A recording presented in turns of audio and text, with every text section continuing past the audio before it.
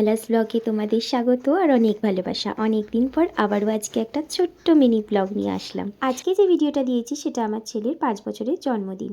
রাত্রির 12টার পর একটা কেক এনে ওর সামনে কিন্তু সারপ্রাইজ দিলাম। খুব খুশি হয়েছিল কিন্তু। আর সত্যি কথা বলতে আমার ছেলে তো বরাবরই এসব ভীষণই ভালোবাসে।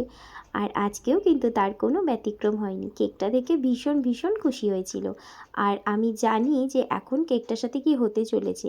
কেকটা কাটার আগেই কিন্তু টেস্ট করা হয়ে গেছিলো, মানে এই ক্যামেরার সামনেই কিন্তু 10 মিনিটের মধ্যেই কোনো রকমে ঘরটাকে সাজিয়েছিলাম। বুঝতেই পারছো শীতের রাত আর শোয়ারও একটা ব্যাপার রয়েছে। কোনো রকমে বিছানাটা একটু ঠিক করে নিয়ে তারপরে কিন্তু এই 4-5টা বেলুন ফুলিয়ে আর ওর পড়ার টেবিলের ওপর কেকটা এনে ছোট্ট করে কিন্তু কেক কাটিং করে নিলাম। আর কালকে কিন্তু রয়েছে ওর একটুখানি সেলিব্রেশন, কারণ 5 বছরের জন্মদিন। অনেক দিন ধরেই ভেবেছিলাম যে 5 বছরের জন্মদিনটা একটু বড় করে করব। তো যেহেতু পরিস্থিতিটা সেরকম ছিল না, তার মধ্যেও আমরা কিন্তু মোটামুটি সেলিব্রেশনটা করেছি। সেই ভিডিওগুলো কিন্তু পরে তোমাদের সঙ্গে আপলোড করে দেবো। আর আজকের ভিডিওটা কেমন লাগলো অবশ্যই কিন্তু তোমরা বলো। আমার চ্যানেলে চোখ রাখতে কিন্তু ভুলো না। আমার চ্যানেলটা যারা যারা এখনও পর্যন্ত সাবস্ক্রাইব করনি তারা অবশ্যই কিন্তু চ্যানেলটাকে সাবস্ক্রাইব করে পাশে থাকা বেল আইকনটা প্রেস করতে ভুলো না।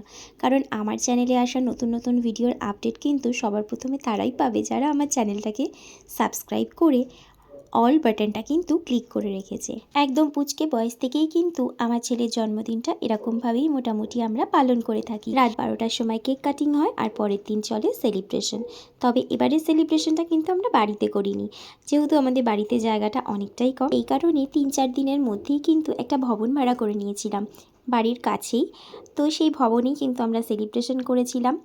আর আমাদের মোটামুটি আত্মীয় পরিজনদের নিয়েই কিন্তু আমরা সেলিব্রেশনটা করেছি। খুব বেশি যে মানুষজনকে বলতে পেরেছি এরকমটাও না, কারণ আমাদের হাতে সময়টাও কিন্তু বেশ কম ছিল।